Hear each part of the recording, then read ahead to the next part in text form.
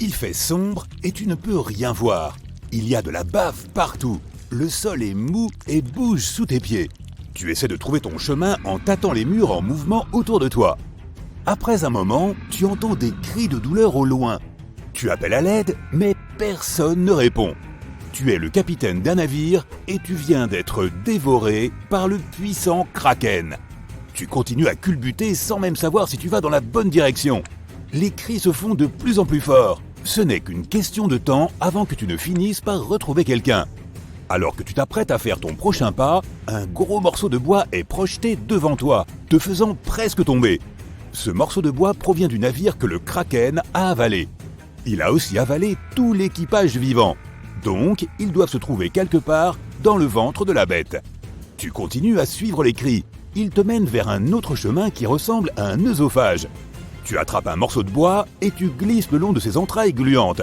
Il fait sombre, alors tu déchires un morceau de tissu de ta chemise et l'enroules autour d'une grande planche. Puis, tu y mets le feu. Cette torche de fortune te permet de voir où tu vas dans les moindres détails. Tu peux distinguer les grandes veines qui palpitent à l'intérieur. Chaque veine pourrait contenir plus de 3 personnes. Après un moment, tu commences à voir davantage de débris de ton bateau, y compris les trésors que tu avais découverts et conservés à fond de cale. Mais maintenant, ces énormes tas d'or n'ont plus aucun intérêt, puisque tu es à la recherche de ton équipage dans cet intérieur sombre et malodorant. Tu arrives à un embranchement où il semble y avoir plusieurs tunnels, chacun menant à un endroit différent. Tu sais qu'il est impossible de ressortir par la bouche, alors il n'y a pas d'autre solution que de s'enfoncer plus loin. Tu décides de suivre ton instinct et de te glisser dans le plus petit tunnel, qui est couvert de bave et d'autres liquides. Tu éteins ta torche et la ranges pour t'en servir à nouveau plus tard. Tu te glisses dans la cavité et restes coincé pendant un moment. Le Kraken nage toujours, mais il semble soudain faire une pause. Les veines et autres vaisseaux sanguins géants ralentissent et le tunnel de chair dans lequel tu rampes s'élargit. Avant même de t'en rendre compte, tu dégringoles le long de ce puits jusqu'à ce que tu atteignes un bassin rempli de liquide. À la seconde où tu y plonges, tu commences à sentir l'acide brûler tes vêtements. Tu es dans l'un des estomacs du Kraken. Tu enlèves ta chemise et pagaies sur une planche afin de traverser ce lac d'acide à la rame. Tu peux voir d'autres morceaux brisés de ton navire éparpillés un peu partout. Tout à coup, le Kraken se remet en mouvement et commence à nager très vite. Tu n'as pas d'autre choix que de t'accrocher à la planche et de te maintenir à flot en protégeant tes yeux de l'acide. Tu les fermes. Tu es maintenant projeté plus loin dans l'estomac, là où la digestion doit avoir lieu. Ici, l'acide est encore plus corrosif et fait fondre tout ce qui s'y trouve. L'odeur est atroce et tu n'arrives pas à trouver le moyen de partir. Mais au loin, tu vois certains membres de ton équipage échouer sur une petite île au beau milieu de l'estomac. Tu vois quelques requins qui nagent autour et qui n'ont pas encore été digérés. Il n'y a rien que tu puisses faire pour le moment, à part te frayer un passage et parvenir jusqu'à ton équipage. Tu montes sur un autre morceau de bois et tu rames vers eux. Cette fois, l'acide gastrique s'attaque au bois. Heureusement, un membre de ton équipage te lance une autre planche, alors tu sautes dessus et rames jusqu'à eux. Tu grimpes sur le rivage. Tout le monde est heureux de te voir. Tu essaies de trouver un moyen de vous échapper, mais les sorties sont toutes pleines d'acide. Davantage d'eau s'infiltre, ainsi que de nombreuses créatures marines. L'acide ne cesse de monter, et tout le monde se resserre en tremblant. À un moment donné, le Kraken avale une grande baleine à bosse qui se débat dans l'eau acide. Cela agace le Kraken qui se met à s'agiter, ballottant tout le monde. Toi, ainsi que beaucoup d'autres, atterrissez sur la baleine et vous y cramponnez fermement. On dirait que le Kraken veut expulser cette baleine d'une manière ou d'une autre. Les parois internes de l'estomac se contractent jusqu'à ce qu'il soit suffisamment rétréci pour évacuer le cétacé. Toi et tes membres d'équipage vous accrochez toujours à la baleine, mais ce n'est pas facile. Finalement, le Kraken recrache la baleine et nage jusqu'au fond de l'océan. Votre nouveau défi est de nager jusqu'à la surface pour respirer. La baleine vous pousse, toi et tous les autres, vers le haut. Sans elle, personne n'aurait réussi à remonter à la surface pour respirer à temps. Tu ne sais pas où vous vous trouvez. Certains de tes coéquipiers s'accrochent à des débris de ton navire pour rester à flot. Tu nages jusqu'à l'un d'eux et grimpes sur le bout de bois. Le soleil commence à se coucher. Il n'y a rien en vue. L'équipage a faim et a froid. Et le pire, c'est l'heure où les requins chassent leur dîner. Tout le monde grimpe sur ses planches pour rester hors de l'eau. En un rien de temps, des ailerons de requin commencent à surgir de toutes parts. Il n'y a rien à faire à part tenter de survivre à la nuit. Le jour suivant arrive. Personne n'a réussi à dormir. Tout le monde décide de fixer toutes les planches ensemble et de ramer en direction du soleil. Pendant que chacun débat de la marche à suivre, tout l'équipage attend ton dernier mot. Le soleil est brûlant et tout le monde est à bout de force. Il n'y a pas d'eau fraîche à boire non plus. Personne n'a les moyens de pêcher afin de vous nourrir. Et la menace des requins et du kraken plane toujours sur vous. L'un des membres de ton équipage aperçoit quelque chose au loin qui semble être une île. Tout le monde se réjouit, se serre dans les bras et pagaie dans sa direction. Après quelques heures, tu arrives sur l'île et plonges tes mains dans le sable chaud. Certains courent partout, tandis que d'autres embrassent la terre ferme et les palmiers. Mais pour une raison ou pour une autre, il semble que quelque chose cloche. Des oiseaux volent autour de vous. Ils ne semblent pas vous craindre. Tout le monde se dirige vers le centre de l'île pour découvrir si quelqu'un l'habite. Un petit feu de camp se trouve au beau milieu, mais il n'y a aucun autre signe de vie aux alentours. Cette île est trop petite pour avoir des résidents. Il ne semble y avoir aucun signe que quelqu'un l'ait jamais visitée, à part ce feu de camp. Au bout d'un moment, l'île commence à bouger. Tout le monde grimpe sur un arbre et l'eau recouvre entièrement l'île. Au loin, tu vois une grande silhouette émerger de l'eau et se tourner vers toi. C'est une tortue de mer géante. Pendant tout ce temps, vous vous trouviez sur le dos d'une tortue gigantesque. Elle se déplace gracieusement dans les flots et s'arrête après quelques heures. Les membres de l'équipage construisent des cabanes et allument un feu pour faire cuire un peu de nourriture et dormir confortablement. Tu admires au loin le ciel nocturne et les étoiles qui emplissent l'horizon. Tu grimpes sur l'arbre le plus haut pour trouver un peu de calme et de repos. Au loin, tu aperçois le kraken qui nage et se rapproche de la tortue. Mais comparé à elle, il n'a la taille que d'une chaussure. Le lendemain, tu te promènes et explores le reste de l'île Tortue. Des créatures uniques que tu n'as jamais vues auparavant vivent ici. Des oiseaux parmi les plus exotiques volent dans tous les sens et les animaux ne semblent même pas avoir peur de vous. Tu atteins le sommet de la montagne, couverte d'arbres et de lianes, pour avoir une bonne vue d'ensemble de l'île. Le panorama tout entier s'offre à toi et tu découvres qu'il y a un énorme trou dans le sol juste en dessous. Tu aperçois ce qui semble être des outils d'excavation laissés par d'autres explorateurs. Tu rassembles ton équipage et te précipites vers le trou. Vous devez vous frayer un chemin à travers les lianes et escalader un terrain difficile pour y parvenir. La question principale est: où mène ce trou si la base de cette île est une carapace de tortue géante? Vous arpentez le site et voyez de nombreux outils et des plans abandonnés. Tu te saisis d'une carte et vois une marque en forme de X qui indique un trésor dépassant toute imagination. Tu rassembles tes équipiers. Tout le monde ramasse une partie de l'équipement. Une autre question effrayante est de savoir pourquoi ils ont abandonné tout ce matériel. Tu étudies les plans. Ils indiquent toutes les étapes à suivre, sauf la dernière, que personne ne semble avoir compris. Après un moment, vous descendez dans le trou et vous dirigez vers le fond. Mais ce que vous découvrez là est encore plus choquant que tout ce à quoi vous vous attendiez. La première chose que tu remarques, c'est une sensation de lourdeur enveloppante, comme si tu dormais sous une couverture douce mais lestée. C'est agréable et tu n'as pas l'énergie de faire quoi que ce soit, mais tu parviens à trouver la force nécessaire pour déplacer cette couverture. Tu ouvres les yeux et... c'est bizarre. Il y a tout autour de toi comme une lueur bleue. Tu veux te frotter les yeux et tu découvres que tu as des tentacules à la place des mains. Et si on sautait la partie où tu es terrifié, tu n'arrives pas à croire que tu t'es transformé en kraken. Après quelques jours d'horreur existentielle, de panique et de folie furieuse, tu te calmes enfin. Maintenant, essayons de savoir ce que ça fait d'être le monstre le plus terrifiant des océans. Cette couverture lourde, c'est la pression de l'eau. Elle est colossale à la profondeur où tu vis caché.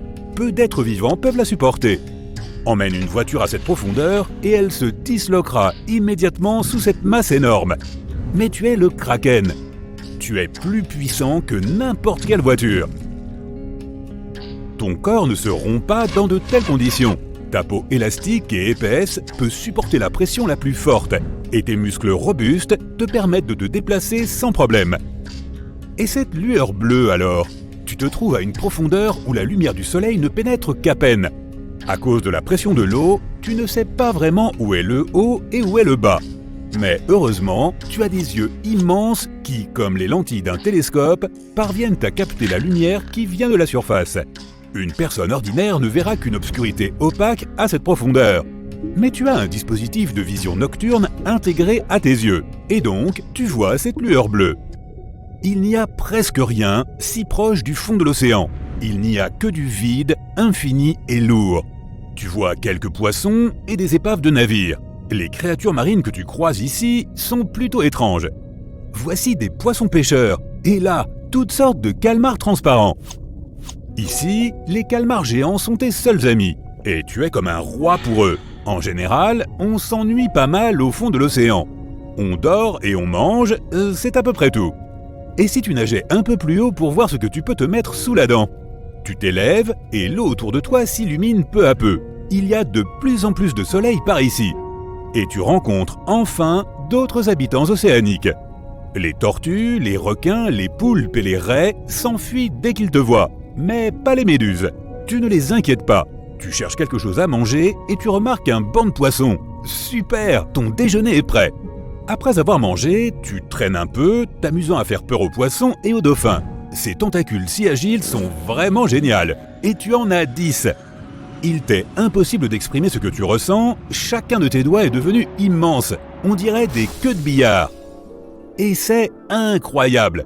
Quand tu étends tes tentacules, ils deviennent aussi longs qu'un Boeing. Et puis il y a toutes ces ventouses dessus. Tu peux attraper n'importe quoi, si fermement qu'aucune créature ne peut t'échapper. Et grâce à tes nouveaux bras, tu nages vraiment très vite. D'abord, tu les disperses, puis tu les réunis et ils te propulsent en avant. Les puissants courants d'eau que tu crées en te déplaçant éloignent tous les autres poissons. Tu remarques une baleine bleue. C'est le plus grand mammifère du monde. Mais à côté de toi, elle ressemble à un chiot. Alors tu nages, tu manges, tu fais peur aux poissons et aux autres créatures marines et... c'est tout. Ta vie est plutôt morne. Combien de temps cela va-t-il durer? Une centaine d'années? Un millier? Tu veux t'amuser un peu, alors tu montes jusqu'à la surface. Et là, le vif éclat du soleil t'éblouit. Tu essaies de t'y habituer. L'eau est calme, il n'y a pas de vent. Tu regardes autour de toi et tu remarques un minuscule point droit devant. Génial! C'est un grand bateau de pêche en bois et avec des voiles. Tu vas enfin pouvoir t'amuser. Tu as hâte de rencontrer des gens et de leur parler de toi. Alors tu nages joyeusement vers le bateau. Si quelqu'un te voyait, il te trouverait probablement bien effrayant. Tu te retrouves coincé dans un filet de pêche. Comme il est mince, tu peux le déchirer sans problème et tu remontes vers la surface. Les personnes sur le pont du bateau sont terrifiées. Elles crient et courent dans tous les sens. « Hé les gars, où est-ce que vous allez? Je veux juste un peu jouer avec vous. » Il te paraît si petit. Les pêcheurs te lancent des harpons et des haches, mais tu ne ressens aucune douleur. Tu poses un tentacule sur le pont et tu le brises sans faire exprès. Le navire est très fragile, un peu comme une boîte d'allumettes. Mieux vaut ne pas y toucher. En te retournant, tu fais accidentellement chavirer le bateau. Tous ceux qui étaient à bord sont maintenant dans l'eau. Heureusement, tu as assez de tentacules pour tous les sauver. En attrapant les pêcheurs, tu lis l'horreur dans leurs yeux. Il y en a même un qui s'évanouit. Tu remets le bateau sur l'eau et tu aides tout le monde à regagner le pont. Puis tu pousses le navire en direction de la terre ferme. Mais il vaut mieux que les gens sur le rivage ne te voient pas. Ces marins raconteront partout comment ils ont survécu à leur rencontre avec un monstre géant. On dira que tu es terrible, mais personne ne pensera à mentionner que tu les as aussi sauvés. Quelle injustice! Tu retournes dans les profondeurs de l'océan et tu t'endors. Des sons étranges te réveillent. C'est comme de l'eau qui coule d'un robinet dans un évier. Tu ouvres les yeux et tu perçois de faibles éclairs autour de toi. Voilà qui est intéressant. Tu nages et tu te rends compte que c'est un orage qui t'a réveillé. Il semble plutôt violent. Le ciel est noir et les vagues sont énormes. Tu remarques un grand navire au milieu de tout ce chaos. Ce bateau est différent de ceux que tu as pu voir auparavant. Il est tout en fer et il n'a pas de voile. C'est un cargo moderne. Il semble que tu te sois endormi pendant quelques centaines d'années. Les gens à bord t'aperçoivent et lancent une fusée de signalisation. Une lumière rouge vif t'éblouit. En déployant tes tentacules, tu pousses involontairement le navire. Mais comme il est lourd, il ne chavire pas. Il semble que les technologies aient avancé pendant que tu dormais. La tempête se fait plus violente. Le bateau roule puissamment sur la surface des eaux. Tu essaies de le retenir avec tes tentacules, mais cela ne fait qu'effrayer les personnes à bord. Ils hurlent et tu comprends leur réaction. Un monstre gigantesque est sorti des profondeurs noires et s'est accroché à leur navire. Tu n'aimes pas voir qu'ils ont peur de toi, alors tu décides de t'éloigner. Malheureux, tu vas te cacher tout au fond de l'océan. Être le kraken n'est plus très amusant. Seuls les poissons t'acceptent et ils sont muets. Horrifier les hommes te fait une peine immense. Tu te sens seul au monde. Tu manges ton déjeuner et tu te rendors. « Hé, monsieur Kraken, vous m'entendez ?» dit une voix. Tu te réveilles et tu frissonnes apeuré. Qui a parlé ? Toutes ces histoires au sujet du Hollandais volant sont-elles donc vraies ? Est-ce que c'est un fantôme que tu viens d'entendre ? Je comprends que vous soyez troublé, monsieur Kraken. Nagez jusqu'à la surface et vous saurez tout. Quelques minutes plus tard, tu sors de l'eau et tu vois un énorme vaisseau volant. Il flotte juste au-dessus de la mer. Mais le plus fantastique, c'est que les gens qui sont à bord n'ont pas peur de toi. Ils te regardent avec curiosité et même avec une certaine sympathie. Tu remarques un homme avec un casque étrange parmi eux. « Salut, c'est moi qui vous parle grâce à cet appareil de télépathie. Vous pouvez aussi communiquer avec moi par la pensée. » Nous sommes au 24e siècle. Les hommes ont inventé une technologie qui leur permet de communiquer avec les animaux. Ils ont découvert que la plupart des créatures n'ont pas de pensée articulée. Elles ne vivent qu'avec leur instinct. Mais un jour, ils ont détecté une activité cérébrale venant des profondeurs de l'océan. Et ils t'ont découvert. Tu es l'un des êtres les plus intelligents de la planète. Et les hommes veulent communiquer avec toi. Enfin, ta vie solitaire est terminée. Le ciel brûle. Les océans écument. Le tonnerre et les éclairs grondent. Deux des monstres les plus terribles et les plus puissants s'affrontent en duel. Un signe avant-coureur de la fin du monde. Rien que la vue de ce monstre, l'atroce et terrifiant Cthulhu peut rendre fou n'importe qui. Et le plus gros calmar de la planète se bat contre lui. Une bête qui ne connaît pas la peur parce qu'elle est la peur elle-même. La cause de milliers de naufrages. Le puissant et hideux Kraken. Que commence le combat le plus épique de l'histoire de l'univers. Tu es sur un bateau de pêche qui navigue sur un océan paisible. L'eau est claire comme du cristal et il n'y a pas de vent. La mer se confond avec l'horizon. La terre n'est pas visible et tu te sens libre. Tu regardes sur le côté du bateau et tu remarques quelque chose d'étrange sous la surface de l'eau. Tu flottes au centre d'un énorme rond noir entouré d'un large champ vert. Qu'est-ce que c'est ? Du pétrole se serait déversé dans l'eau et elle aurait pris cette teinte étrange ? Mais alors pourquoi cette forme est-elle si parfaitement ronde ? Soudain, tu réalises ce que c'est et ton cœur fait un bond dans ta poitrine. Le rond noir n'est autre qu'une pupille au centre d'un énorme œil vert. La chose qui te regarde en ce moment est si grande que ton bateau ressemble à une coquille de noix à côté. C'est le Kraken. Mais ne t'inquiète pas, le monstre n'est pas intéressé par une petite proie comme toi. Le Kraken a coulé des navires pendant des siècles et n'a jamais rencontré la moindre résistance. Des milliers d'épaves gisent au fond de la mer, mais à quoi bon ? Le Kraken aspire à un vrai défi, mais il ne le trouve pas. Le plus grand mammifère de la Terre est la baleine bleue, qui n'est rien de plus qu'un petit poisson pour le Kraken. Même un mégalodon ne tiendrait pas une minute contre la bête tentaculaire au cours d'une bataille. Peut-être faudrait-il chercher un grand monstre au fond de la fosse des Mariannes. Non, la pression est trop forte et il n'y a presque rien qui survive si bas. Mais alors, le Kraken a une idée. Il se rend à l'endroit le plus éloigné de la Terre. Un endroit rarement visité et mal exploré. Cet endroit s'appelle le Point Nemo. C'est là, au fond de l'océan, que se trouve l'ancienne ville de Erlaë. Construite bien avant l'apparition des humains. Et au milieu des ruines endormies, l'énorme et puissant Cthulhu est en train de rêver. Cet ancien demi-dieu repose ici depuis des centaines de millénaires. Pendant tout ce temps, Cthulhu a attendu son heure pour faire des ravages sur la Terre. Il dort, mais même dans ses rêves, Cthulhu communique avec les membres de son culte qui le suivent. il utilise la télépathie pour pénétrer dans leur esprit et leur faire des choses atroces. Mais tout à coup, le sommeil de Cthulhu est interrompu. Qui ose le réveiller si brutalement? Cthulhu ouvre ses yeux rouges de colère, envahi d'algues, et voit devant lui un énorme calmar. Le kraken a enfin trouvé un adversaire digne de lui. Aussitôt, il se jette sur Cthulhu et enroule ses tentacules autour de la tête du monstre. Le combat commence. Cthulhu pousse lourdement sur le fond de la mer et se précipite à la surface, entraînant le kraken avec lui. Deux monstres géants, plus grands que les plus hauts gratte-ciel du monde, émergent de l'eau. La mer est déchaînée et les nuages s'amassent au-dessus du champ de bataille. Engagé, Cthulhu frappe le kraken. Mais ce dernier ne semble rien sentir. Des éclairs zèbrent les nuages noirs et tourbillonnants. Cthulhu tente d'arracher les tentacules du kraken, mais il s'agrippe fermement au monstre vert. Pendant ce temps, tu te rends au point Nemo pour assister au déroulement de cette épique bataille. Tu dois naviguer depuis la côte du Chili, et des choses étranges s'y passent en ce moment. Des centaines de marins montent à bord de dizaines de navires.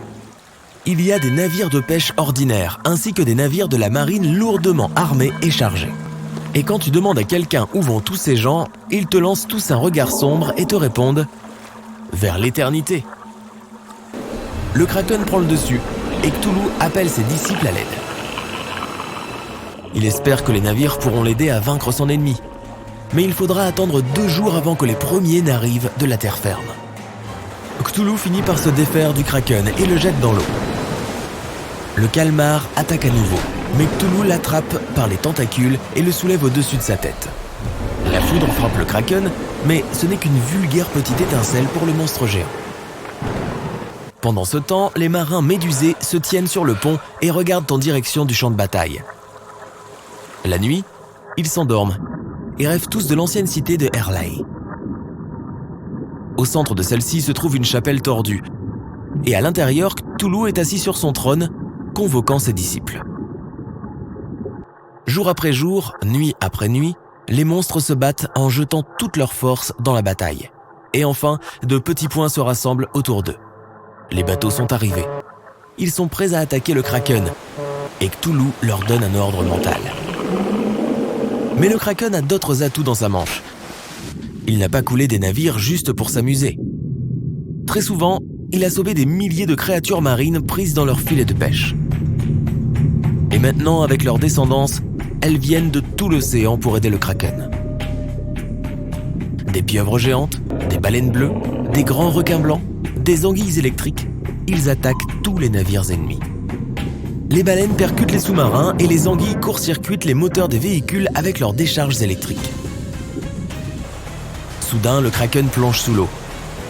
A-t-il abandonné? A-t-il eu peur? C'est peu probable.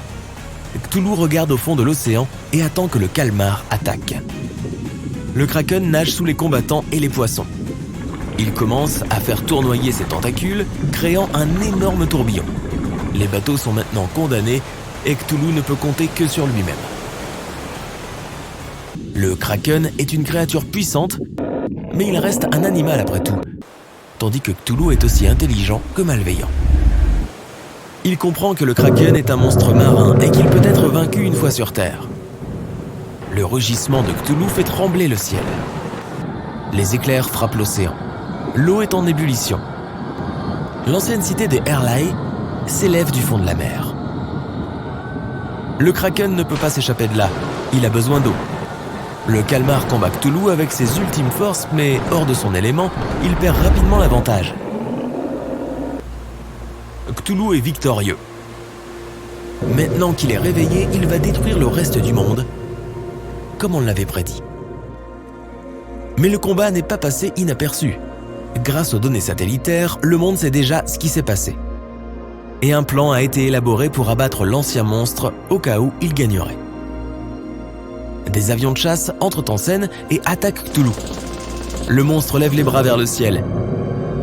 Des nuages s'amoncellent autour de lui. Une décharge électrique scintille dans les nuages et l'électricité disparaît dans un rayon de plusieurs centaines de kilomètres, y compris l'électronique à bord des avions. Ils tombent tous dans l'eau.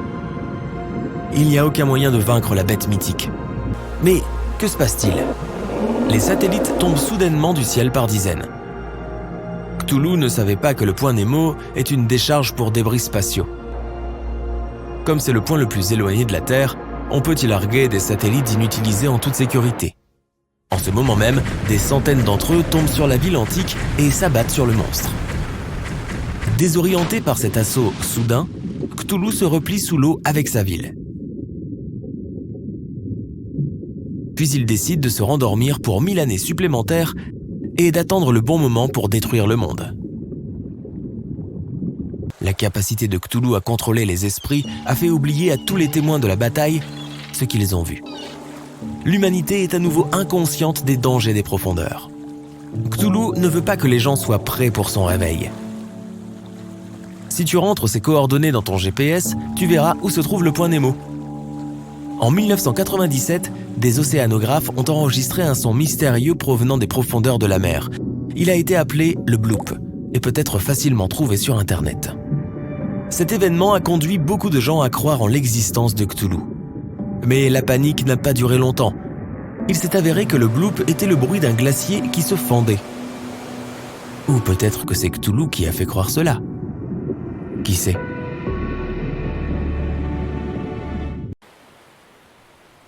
Il ne restait que quelques heures avant minuit. Certains des 2200 passagers du grand paquebot de luxe faisaient encore la fête dans de magnifiques salons de première classe. Les autres dormaient déjà dans leur lit. Pour quelques-uns, dans des cabines spacieuses remplies de tableaux et décorées de sculptures. Pour les autres, dans de minuscules chambres situées sous la ligne de flottaison. Tous ces gens n'avaient qu'une chose en commun. En cette froide nuit d'avril, ils se dirigeaient tous de Southampton en Angleterre vers New York. Ce navire s'appelait le Titanic, et à cette époque, il était considéré comme insubmersible. Au tout début de son voyage, il avait failli heurter le navire City of New York. Finalement, le Titanic n'était passé qu'à quelques mètres de celui-ci. Les passagers qui se pressaient sur les ponts du paquebot poussèrent un soupir de soulagement. Ils ne savaient pas ce qui les attendait dans un avenir très proche. Quelques jours plus tard, alors que le bateau se trouvait déjà dans l'Atlantique Nord, à 595 km de Terre-Neuve, l'impensable se produisit. Le 14 avril, vers 23h40, ceux qui étaient encore éveillés furent renversés par une force mystérieuse et terrible. Les passagers, déjà couchés, furent projetés au sol. On entendit des hurlements et la panique s'empara de tous. Plusieurs mois avant la catastrophe, un énorme morceau de glace s'était détaché d'un glacier dans le sud-ouest du Groenland. La neige qui le constituait était tombée voici environ 100 000 ans, à l'époque où les mammouths erraient encore sur la planète. Au début de son voyage, l'iceberg était énorme. Il mesurait près de 518 mètres de long et pesait 75 millions de tonnes. Cependant, il dériva très loin vers le sud, jusqu'à la zone que le Titanic devait traverser pour rejoindre les côtes nord-américaines. Bien qu'il eût fondu dans l'eau pendant des mois, l'iceberg pesait alors encore 1,5 million de tonnes. Sa partie émergée dominait les flots de près de 30 mètres. Malgré cela, il semblait inoffensif à côté de l'énorme paquebot, mais seulement à première vue. Ce que les gens voyaient n'était qu'une toute petite partie d'un morceau de glace gigantesque. La plus grande partie d'un iceberg est cachée sous la surface et seulement 1/10 de sa masse est visible au-dessus de l'eau. L'iceberg du Titanic ne faisait pas exception.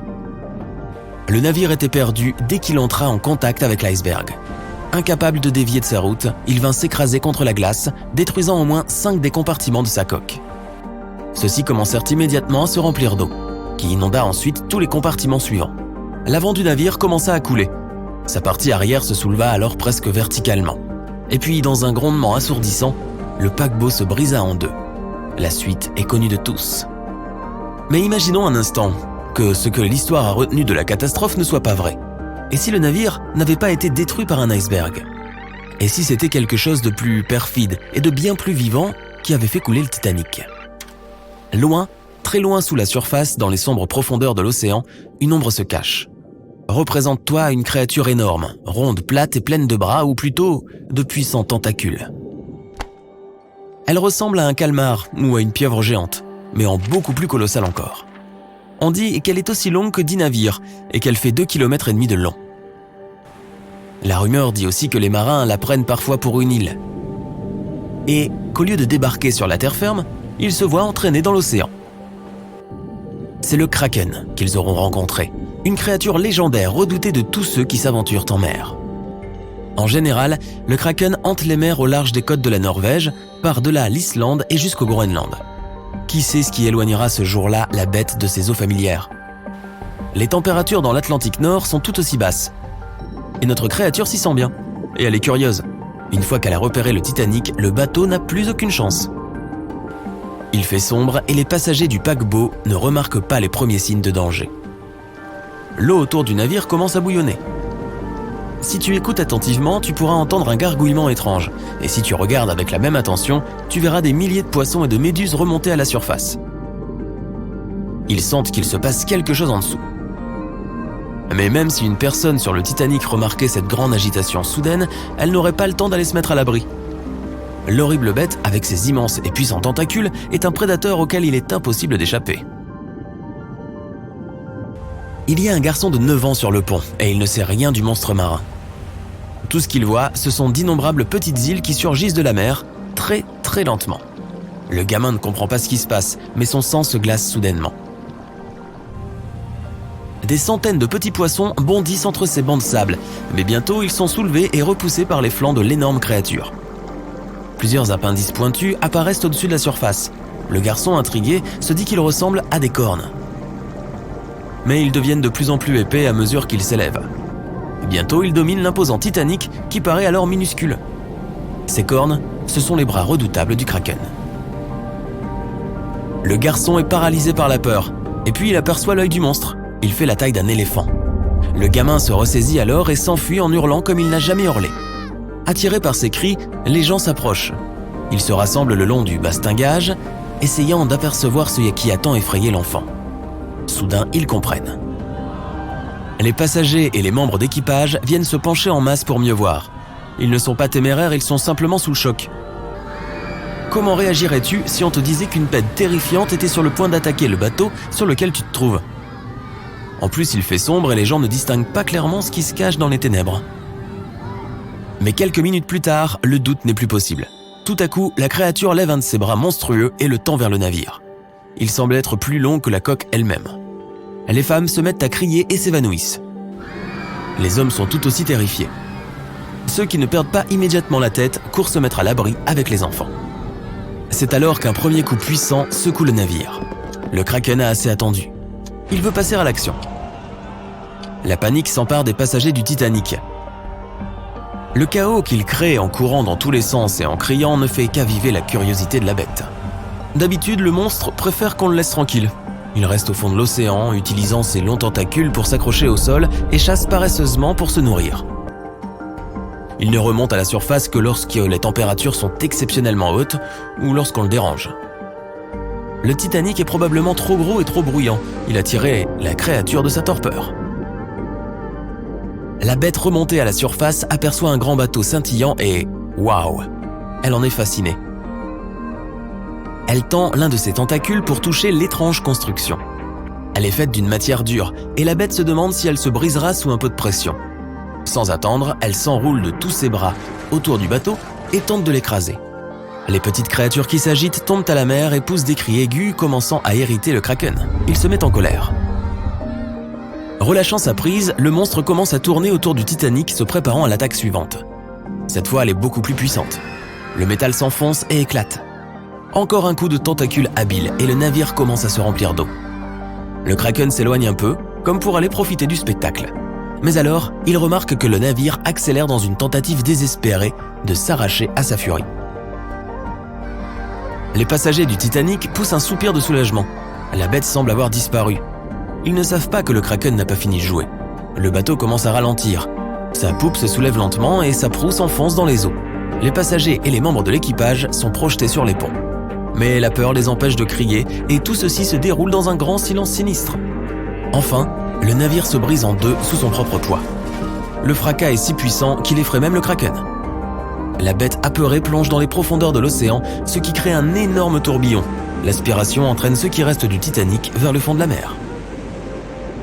Mais le plus tragique dans tout ça, le Kraken ne s'intéresse même pas aux passagers du navire. Cette créature ne mange que des poissons.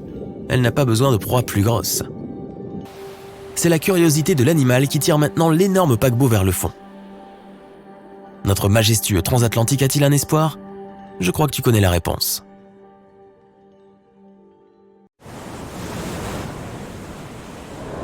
Le kraken est un calamar colossal, un monstre marin légendaire. Le plus gros morceau de calamar que tu aies jamais vu. Et si ce monstre avait vraiment existé, le monde aurait changé au point d'être méconnaissable. Eh oui, le kraken a de puissants tentacules, des muscles solides avec des ventouses au bout, alors il serait impossible de s'échapper de son emprise.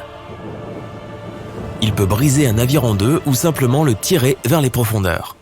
Mais le pire de tout, c'est sa taille. D'après de vieilles histoires de marins, le kraken atteignait une longueur de 1500 mètres. Cela fait presque 10 terrains de football. Peut-être que le kraken pourrait jouer au foot. Les légendes du kraken disent que le monstre était tellement énorme que les marins le prenaient pour une petite île. À aucun moment au cours des siècles passés, il aurait été possible de vaincre une telle bête.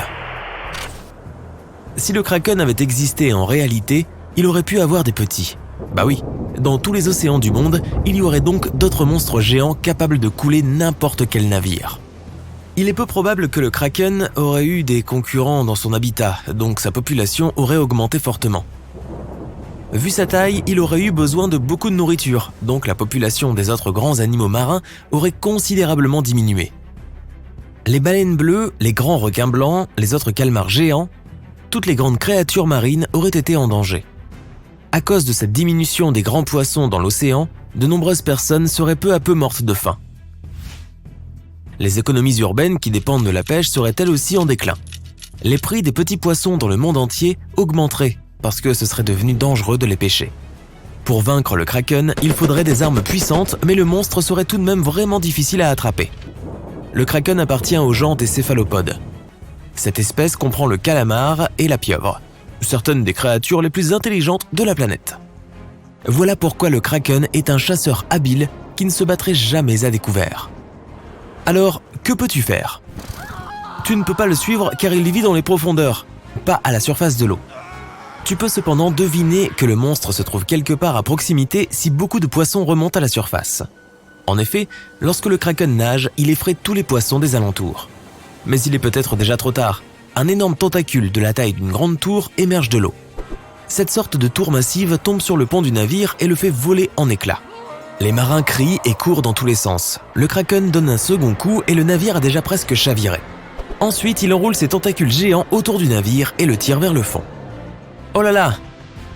Mais et si les marins parvenaient à dégager le navire des tentacules du monstre?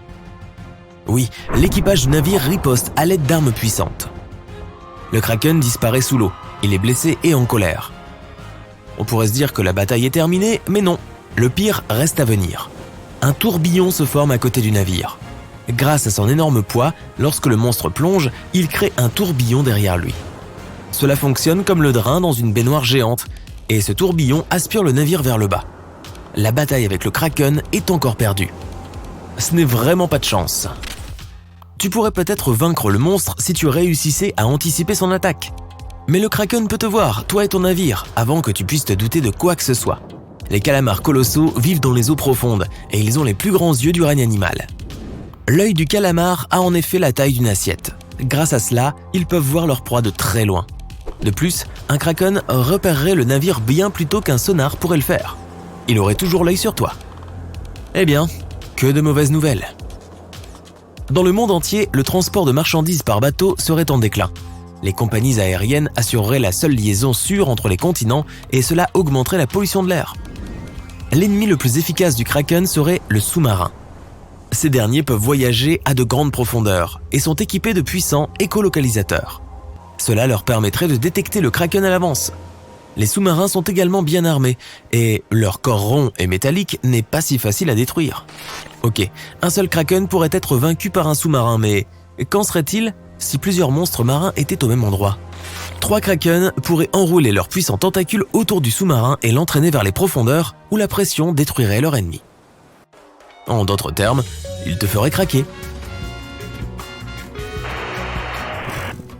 L'existence du kraken aurait considérablement changé le développement de nombreux pays.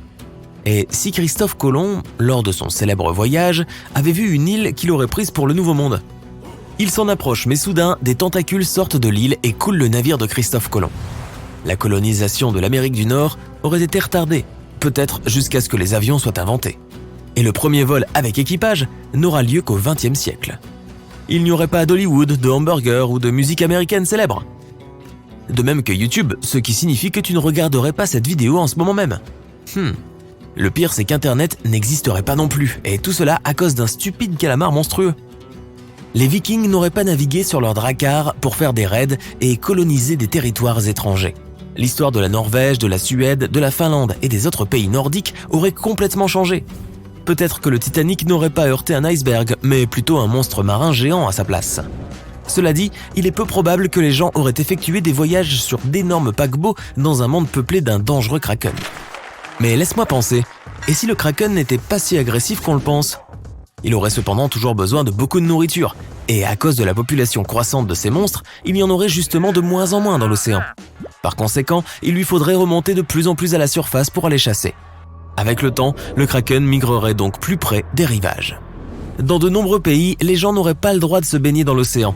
Imagine que tu flottes tranquillement dans l'eau et qu'un monstre de la taille d'un gratte-ciel nage juste en dessous de toi.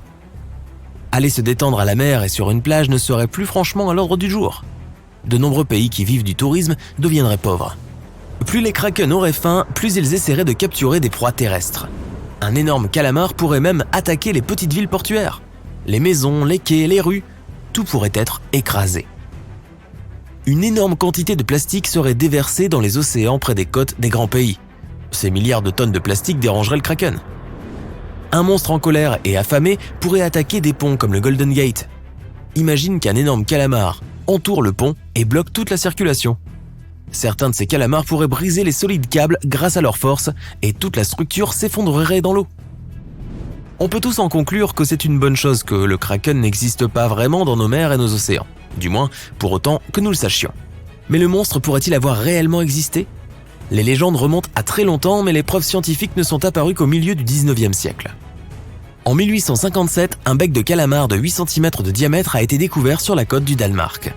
D'autres restes de calamars géants ont été découverts aux Bahamas, et les scientifiques ont alors eu la preuve de l'existence des calamars géants.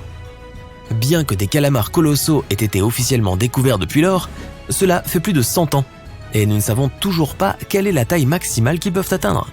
Le fait est que les calamars sont des créatures très difficiles à atteindre. Ils vivent dans les profondeurs de l'océan, là où les scientifiques ont du mal à arriver. Toute plongée à une aussi grande profondeur nécessite un équipement puissant et encombrant. Les bathyscaphes et les caméras sous-marines font beaucoup de bruit et de lumière. Ce que les calamars remarquent de loin, ils s'enfuient avant que nous puissions les voir. La légende du kraken est probablement apparue à cause d'un véritable calamar colossal. Autrefois, les gens ne connaissaient pas l'existence de ces créatures. Alors, quand ils en ont vu un pour la première fois, ils l'ont décrit comme un monstre énorme et terrible. Il est difficile de dire si ces énormes bêtes avaient vraiment la taille d'une petite île, car la vérité est que nous n'avons étudié qu'environ 5% de l'océan. Il est donc possible que dans les profondeurs, des monstres bien plus terrifiants que le kraken existent bel et bien. Comme mon neveu Peter. L'eau bouillonne sous le bateau de pêche comme si quelque chose allait sortir de l'eau. Ça se rapproche de plus en plus. Soudain, tu vois des mâchoires géantes et des dents étincelantes. Quelques secondes plus tard, un énorme requin saute hors de l'eau et fracasse le bateau. C'était le mégalodon, le plus grand poisson qui ait jamais existé sur Terre. Pendant longtemps, nous avons imaginé le mégalodon comme ça, une version agrandie du grand requin blanc. Mais les scientifiques continuent de débattre sur son apparence. À ce jour, ils sont toutefois d'accord pour affirmer que l'image que nous avions de ce requin géant était fausse. Voici les données dont les scientifiques sont sûrs. Taille, environ 15 mètres de long, soit autant qu'un bus scolaire ou qu'une rame de métro, et 8,5 fois la taille d'un adulte moyen. Comparons maintenant avec le requin blanc moderne. Le mégalodon est 3 fois plus grand, mais ce n'est qu'une estimation approximative. Nous n'avons pas de squelette entièrement préservé du mégalodon, car il ne possédait pas d'os, mais du cartilage. Il n'en est pas resté grand-chose au cours des 3,6 millions d'années qui ont suivi l'extinction des mégalodons. Tout ce qui a survécu, ce sont des dents et quelques vertèbres. En comparaison, les dinosaures se sont éteints il y a environ 66 millions d'années. Mais leurs os solides sont parfaitement conservés et nous avons de nombreux spécimens différents de leur squelette. Les scientifiques ont calculé la taille du mégalodon d'après ses dents et sa mâchoire. Ceci est une dent. Elle mesure environ 18 cm de long, soit davantage que la paume de ta main. et 3 fois la taille des dents d'un requin blanc moderne. La mâchoire du mégalodon faisait 2 mètres de large et comportait 5 rangées de dents. Au total, 276 crocs acérés comme des lames de rasoir. Les autres restes préservés sont la colonne vertébrale. Elle se compose de 150 vertèbres, chacune large de 15 cm. Elles contiennent beaucoup de calcium, car le mégalodon aimait le lait frais. Ah non, c'est parce que ces vertèbres devaient soutenir l'énorme masse du requin géant. À partir de ces fossiles, les scientifiques ont créé un modèle et ont calculé une taille approximative du mégalodon. Mais il aurait difficilement pu s'avérer plus grand, c'est une question de respiration. Plus le poisson est gros, plus il a besoin d'oxygène. Cela signifie que la surface des branchies doit être plus grande. Ce sont les organes qui filtrent l'eau et collectent l'oxygène. Si le mégalodon avait été plus grand, il aurait eu du mal à respirer. Les scientifiques pensent donc que 15 mètres était la taille maximale pour un individu. Mais en moyenne, la plupart faisaient 1 ou 2 mètres de moins. Ouf! Maintenant parlons du poids. En moyenne, un mégalodon pesait environ 30 à 35 tonnes. En comparaison, un requin blanc pèse 1 tonne, donc 30 à 35 fois moins. Facile. Avec ses 7,5 tonnes, un bus scolaire est 4 fois plus léger. Le poids d'un mégalodon peut être comparé à celui d'un Boeing 737 vide. Mais la baleine bleue moderne bat le mégalodon en taille et en poids. 30 mètres de long contre 15, presque 2 fois plus longue. Et le poids de la baleine bleue est d'environ 180 tonnes, soit l'équivalent de 6 mégalodons, ou de 6 avions de ligne, ou encore de 33 éléphants adultes si tu aimes les comparaisons. Maintenant, abordons la question de l'apparence du mégalodon. Les scientifiques pensent qu'il ne ressemblait pas à un requin blanc. Le mégalodon appartient à une famille de poissons différentes et ressemblait très probablement à un requin taureau géant. Son museau est aplati et ses yeux sont petits. Ses nageoires dorsales sont rejetées vers l'arrière. Le requin taureau en possède 2 de taille similaire. Sa couleur tire vers le brun clair avec un ventre blanc. Il a peut-être aussi eu des taches brun-rouge sur tout le corps, de même que son homologue moderne. Dès la première découverte de ces fossiles, on a pris l'habitude de considérer le mégalodon comme un monstre effrayant. C'était à l'époque de la Renaissance. Les gens ont trouvé des dents prisonnières des rochers. Au début, on pensait que ces dents étaient des langues de dragon ou de serpent. Et voici le premier dessin de ce à quoi était censé ressembler leur propriétaire. Un museau massif avec un nez effrayant et un tas de dents tranchantes comme des rasoirs.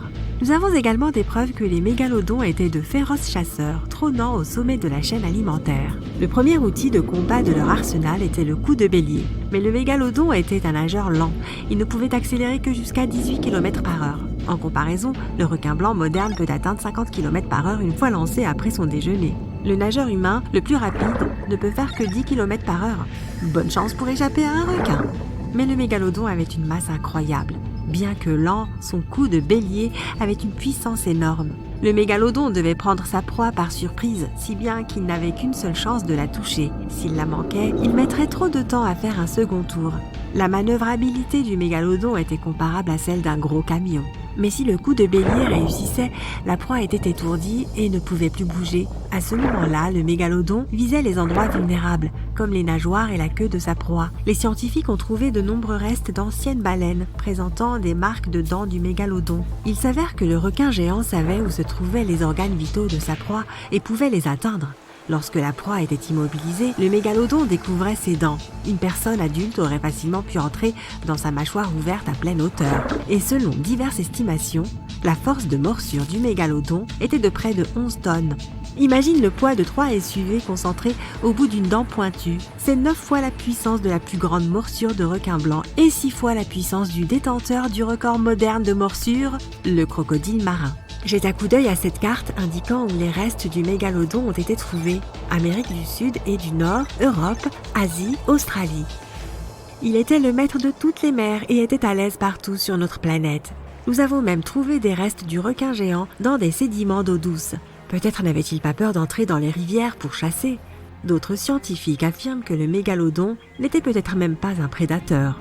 Tout cela à cause de sa taille. Il ne pouvait pas nager rapidement. Il ne pouvait même pas faire de course sprint comme le requin blanc. Si une proie essayait de s'échapper, le mégalodon ne prenait même pas la peine de la poursuivre car il ne pourrait jamais la rattraper. Un autre problème est le squelette du mégalodon. Le cartilage est plus faible que les os. La musculature du requin géant n'était donc pas si robuste. Le mégalodon était peut-être même un charognard qui ne se battait jamais. C'est peut-être l'une des raisons pour lesquelles ces anciens requins se sont éteints. Les mégalodons aimaient les eaux chaudes et peu profondes avec des températures au-dessus de 12 degrés. Mais il y a plus de 3 millions d'années, le climat s'est refroidi. Cela a privé les mégalodons de territoire et d'une nourriture abondante. Les baleines primitives, qui avaient constitué le principal régime alimentaire des requins géants, ont commencé à disparaître. Des prédateurs plus rapides se sont accaparés le reste de la nourriture. Le mégalodon a commencé à mourir de faim. Dans l'évolution, un nouvel acteur est entré en scène, les baleines à dents, ancêtres des orques modernes. Elles vivaient en meute et avaient un cerveau plus gros que celui du mégalodon. Alors, au fil du temps, elles ont commencé à le concurrencer. Elles ont profité de sa maladresse. Un groupe d'orques pouvait facilement concurrencer un requin géant. De nombreux scientifiques pensent que c'est là la raison de la disparition du plus grand requin du monde. Mais il existe des théories selon lesquelles le mégalodon est toujours vivant et erre dans les eaux sombres de notre planète. Plusieurs pêcheurs australiens auraient rencontré un requin d'une taille incroyable. Mais personne ne peut confirmer ces témoignages. Des partisans de cette théorie pensent que ces requins géants pourraient se cacher dans les eaux profondes, loin des yeux des humains. Dans la fosse des Mariannes, par exemple, qui est l'endroit le plus profond de notre planète, plus profonde encore que le mont Everest n'est élevé. Et on y a même trouvé les dents d'un mégalodon. Mais la science affirme qu'un tel requin géant ne pourrait pas vivre dans la fosse des Mariannes pour de nombreuses raisons. Et la première, c'est qu'il y fait trop froid. Le mégalodon était probablement un poisson à sang froid. Il devait donc utiliser la chaleur de son environnement pour survivre. Or, l'eau de la fosse des Mariannes est très froide, environ 4 degrés. C'est parce que plus on descend en profondeur, moins la lumière du soleil y pénètre.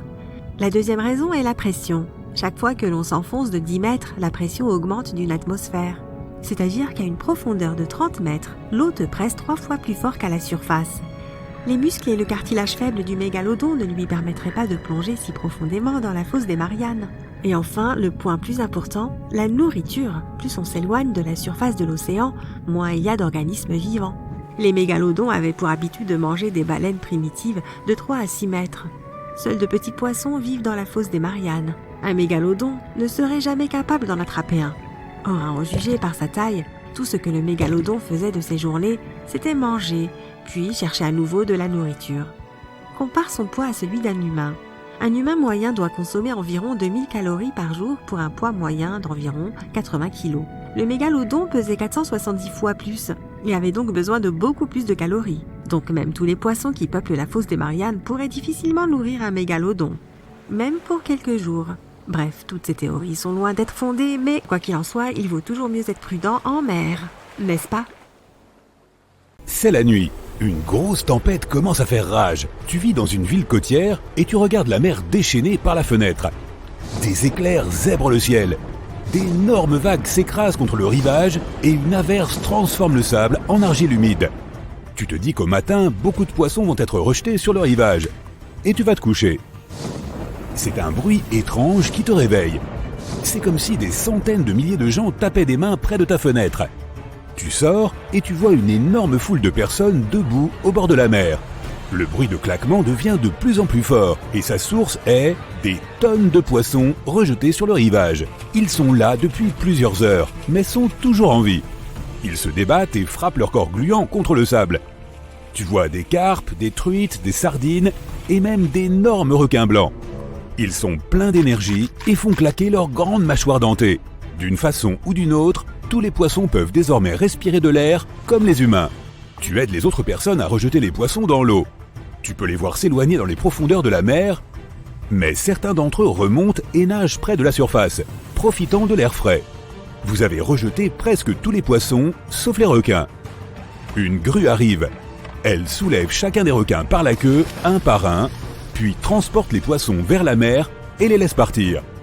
Aux nouvelles, tu apprends effectivement que des poissons qui respirent de l'air ont été rejetés sur le rivage, et pas seulement dans ta ville.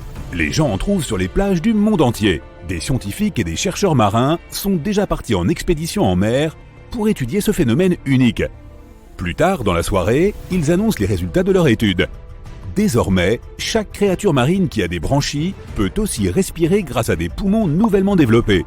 Elle peut rester sur la terre ferme aussi longtemps qu'elle le souhaite. Elle a seulement besoin d'avoir de l'eau à boire, tout comme les autres créatures vivantes. Les poissons absorbent l'eau et la font passer par leurs branchies. Les branchies ont des récepteurs spéciaux qui extraient l'air de l'eau et l'envoient dans la circulation sanguine du poisson. De cette façon, leur corps reçoit les doses d'oxygène nécessaires à la vie. Ensuite, du dioxyde de carbone se forme, il entre dans le sang du poisson, passe ensuite par les branchies et est rejeté dans l'eau. La capacité à respirer par les branchies est restée inchangée, mais l'anatomie de ces créatures est maintenant différente. Elles ont développé des poumons et des voies respiratoires. Lorsqu'un poisson est dans l'eau, il ferme cette voie et bloque l'accès aux poumons. De cette façon, l'eau n'y pénètre pas. Mais lorsque le poisson est à la surface, il ferme ses branchies et ouvre l'accès aux poumons par la bouche.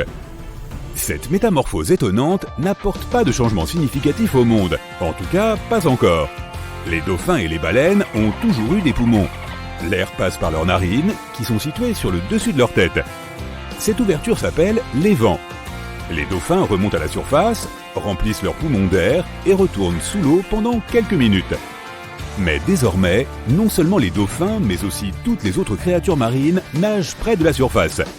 Tu embarques sur un bateau pour faire une excursion en mer et tu vois ce phénomène choquant de tes propres yeux.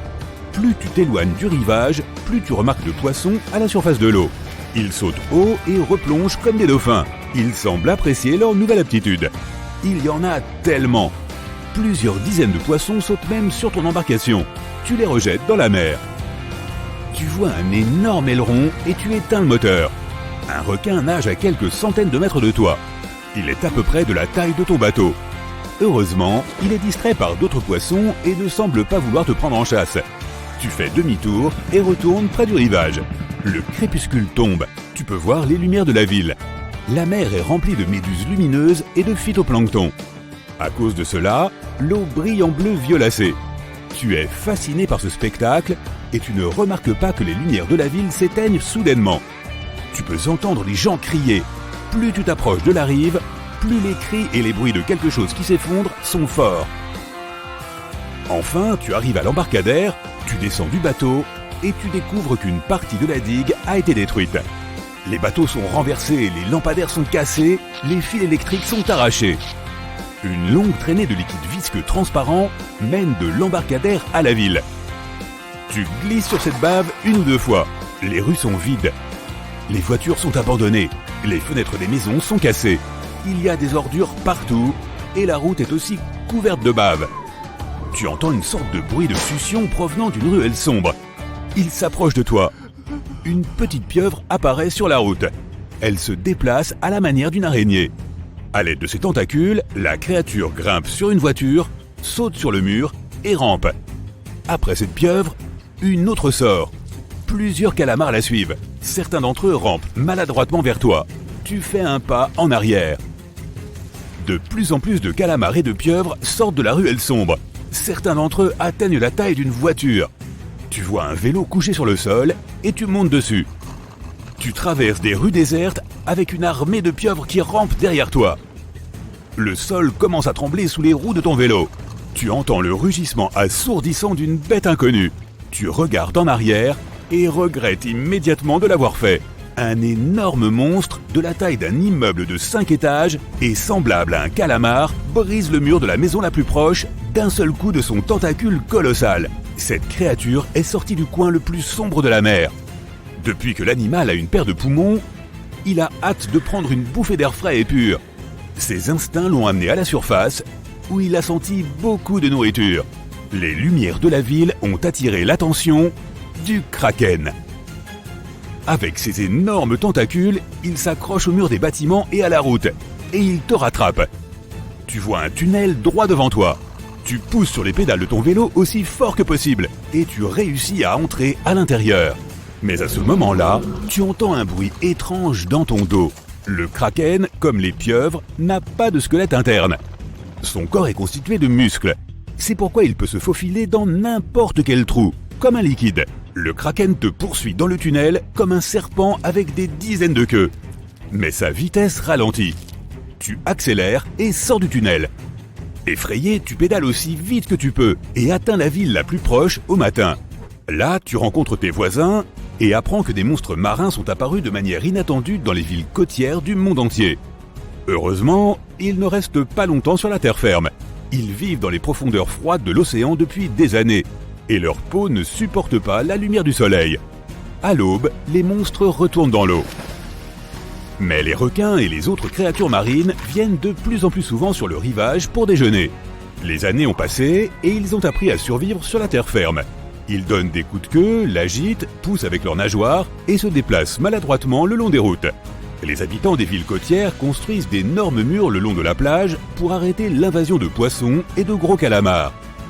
Les créatures marines reçoivent 2 fois leur quantité habituelle d'oxygène. Elles l'absorbent par les branchies et en remplissent leurs poumons.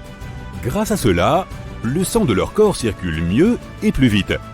Cela rend leurs muscles plus forts et leur cerveau plus développé.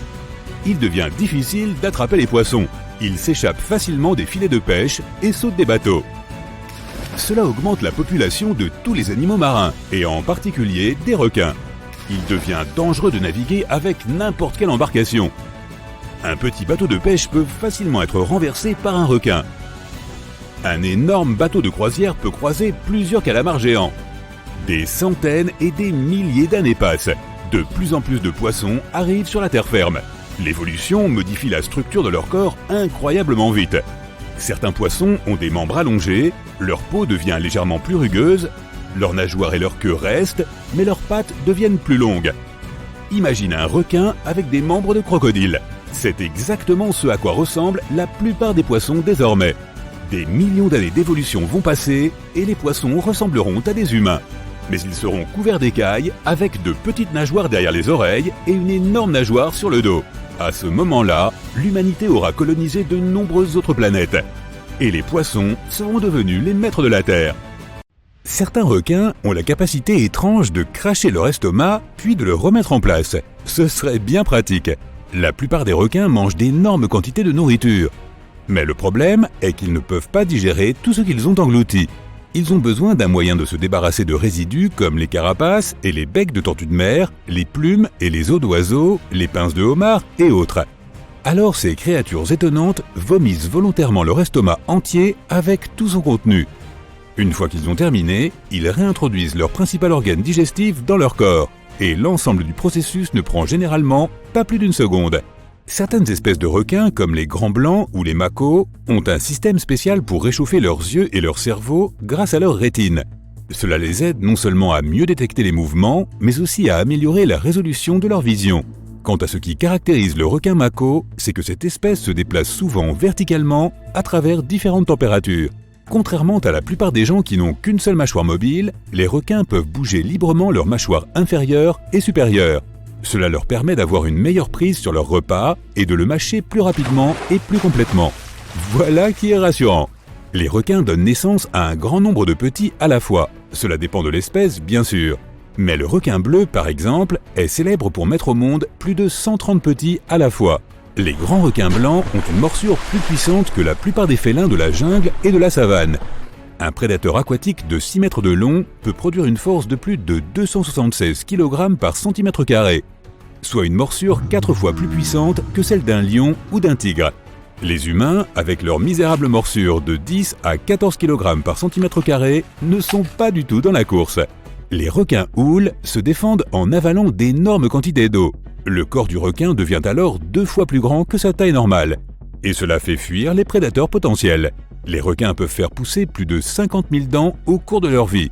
Mais toutes leurs dents ne sont pas les mêmes. Les plus fortes et les plus massives sont à l'avant. Et celles plus proches de l'arrière sont plus petites et moins puissantes. Mais si les dents de devant sont endommagées, ces dents plus faibles peuvent les remplacer. Cela est possible parce que les dents des requins ne sont pas aussi profondément enracinées que celles des humains et elles peuvent bouger. La peau des requins a le même toucher que du papier de verre. Elle est faite de petites écailles ressemblant à des dents qui pointent vers la queue de l'animal. Cela permet de réduire la friction qui se produit lorsque les requins se déplacent dans l'eau. Les requins-baleines ont une peau extrêmement épaisse. À certains endroits de leur corps, elle peut atteindre 15 cm d'épaisseur. C'est l'une des peaux les plus résistantes du monde animal. Les scientifiques doivent faire beaucoup d'efforts s'ils veulent prélever un échantillon de sang de cette créature. Les requins ont un incroyable sens de l'odorat, mais en plus de cela, ils utilisent un autre sens pour détecter les autres animaux. Ils ont des pores spéciaux autour de leur tête, près des narines et sous le museau. Ce sont des organes particuliers, un peu comme une seconde vue. Chaque créature génère un minuscule champ électrique. Grâce à ces espèces de pores, les requins peuvent détecter ces champs électriques et savoir où se trouvent les autres animaux. Les requins ont des oreilles incroyablement fines. Ils peuvent entendre leur repas potentiel à 900 mètres de distance. Ils peuvent aussi capter des sons à basse fréquence, comme ceux produits par la contraction des tissus musculaires d'un poisson. Les requins existent depuis plus de 400 millions d'années. Cela signifie qu'ils ont vécu 4 extinctions massives sur 5. Cela les rend bien plus vieux que le mont Everest, les humains, les dinosaures et même les arbres. Ces créatures remontent à l'époque où les récifs coralliens commençaient tout juste à se former.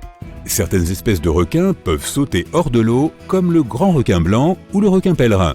Ils sont connus pour pouvoir bondir à plus de 2,50 m dans les airs. Grâce à cette manœuvre, ils peuvent attraper des animaux tels que des phoques ou des oiseaux de mer. Mais à moins que tu ne sois en Afrique du Sud, il est peu probable que tu vois un requin sauter hors de l'eau. Le squelette des requins est composé de muscles et de cartilages qui sont plus légers et 2 fois moins denses que les os. Cela rend les requins plus flexibles et leur permet de faire des virages serrés lorsqu'ils poursuivent d'autres animaux.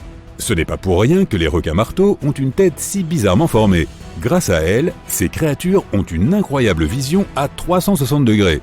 Leurs yeux sont légèrement inclinés vers l'avant, ce qui leur permet d'avoir un champ de vision qui se chevauche. Les terrifiantes mâchoires du requin gobelin sont attachées à des ligaments élastiques. Elles peuvent se déplier à partir du museau de l'animal jusqu'à 8 cm. Cela permet à l'animal de catapulter sa bouche en avant pour attraper d'autres créatures marines. Les requins ne dorment pas comme toi. Certaines espèces ne doivent jamais s'arrêter de nager. Sinon, l'eau cessera de couler dans leurs branchies et ils ne pourront plus respirer. D'autres se reposent, mais n'entrent pas dans un état d'inconscience. Ils entrent simplement dans des périodes de repos spéciales. Ces créatures n'ont pas de paupières, c'est pourquoi leurs yeux restent toujours ouverts et leurs pupilles surveillent leur environnement. Elles gardent aussi leur bouche ouverte pour que l'eau puisse passer dans leurs branchies. Les requins peuvent parcourir des distances remarquablement longues sans avoir besoin de repos. Tout cela grâce à leurs habitudes de sommeil bizarres. Par exemple, les grands blancs peuvent nager sur des distances de plus de 3200 km sans s'arrêter pour manger ou se reposer. Comment se fait-il que ces créatures ne meurent pas de faim? Elles puisent dans la graisse stockée dans leur foie. À propos, cet organe peut représenter jusqu'à 1/3 du poids corporel de l'animal. Contrairement à la croyance populaire, les requins ne nagent pas en marche arrière et ne peuvent pas aller à reculons. Leur queue les propulse vers l'avant et leur nageoire pectorale les aide à garder leur équilibre et à tourner. Cela signifie que ces animaux ne peuvent se déplacer que vers l'avant. Les requins n'ont pas de cordes vocales, ils ne peuvent pas produire de son pour communiquer entre eux ou exprimer leurs émotions. C'est pourquoi ils doivent utiliser des mouvements corporels, comme tordre leur corps ou se retourner. Les requins vivent dans tous les océans du monde, mais plusieurs espèces peuplent aussi des rivières et des lacs d'eau douce.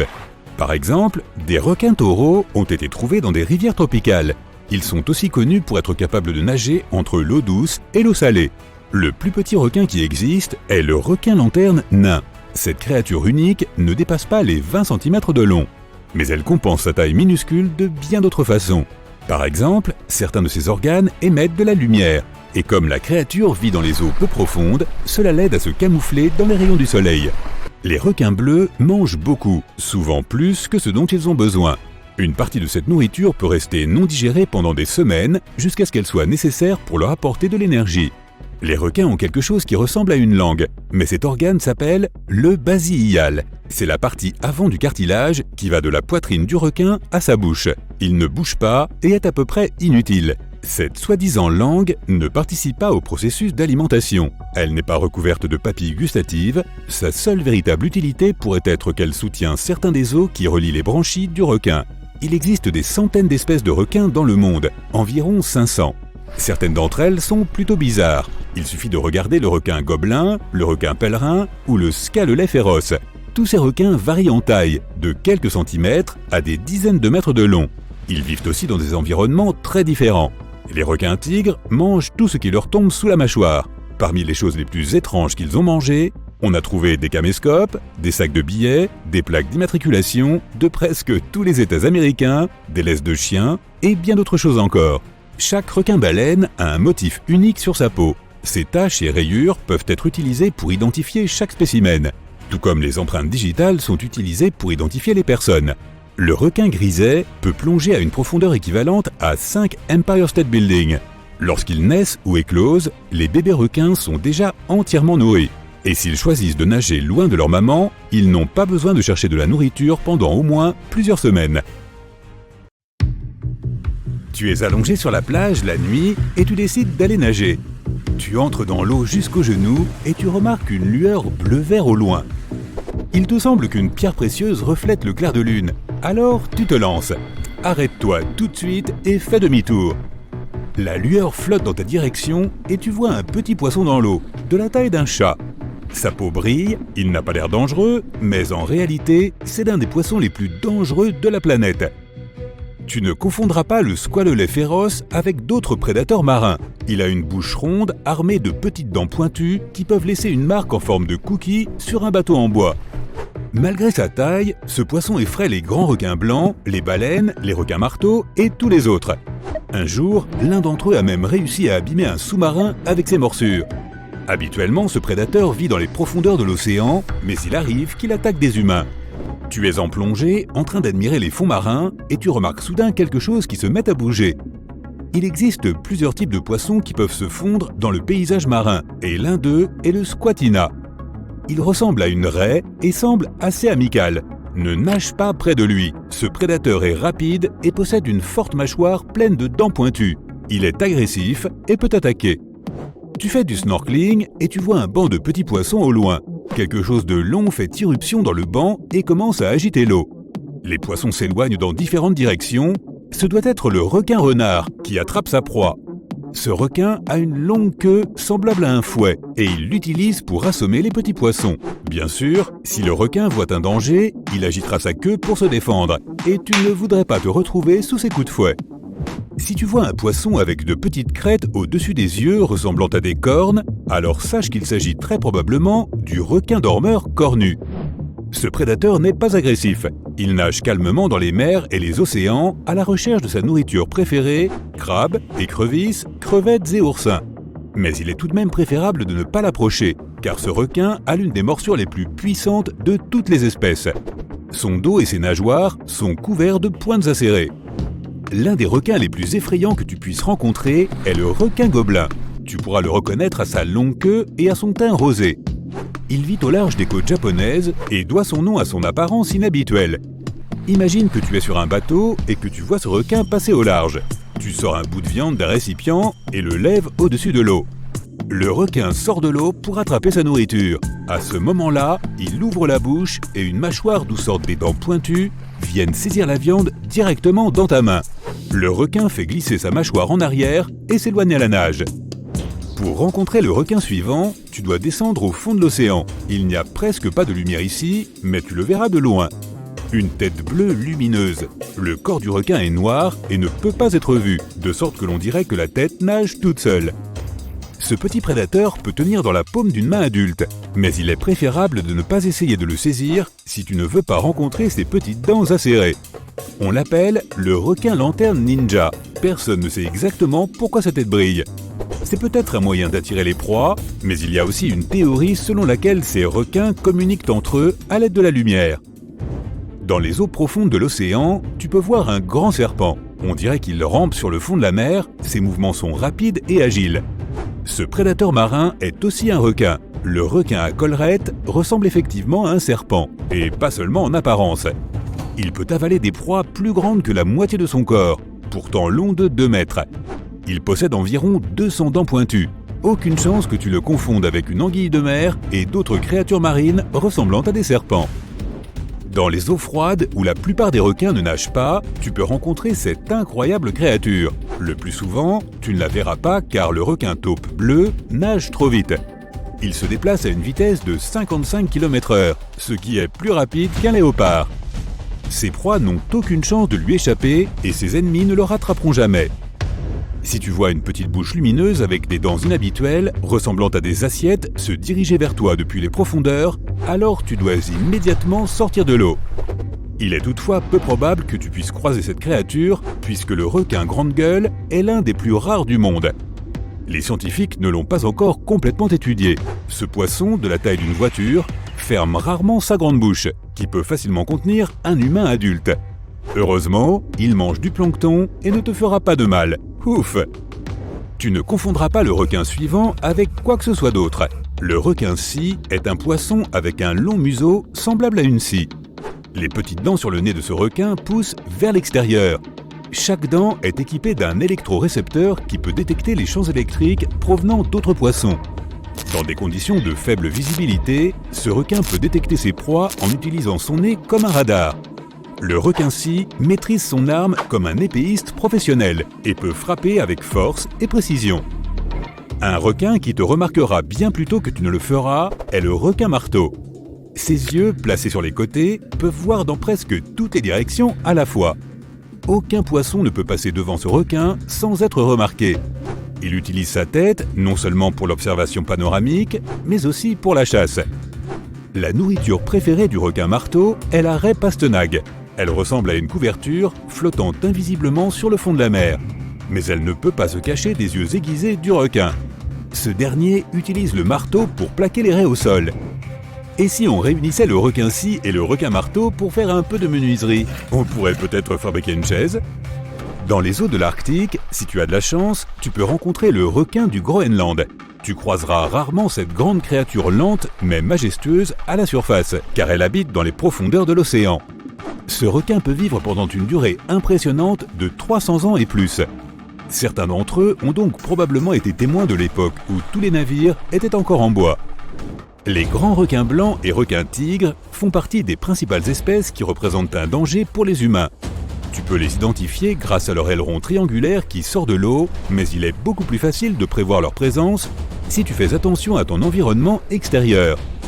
Tu as beaucoup plus de chances de rencontrer ces requins tôt le matin ou tard le soir.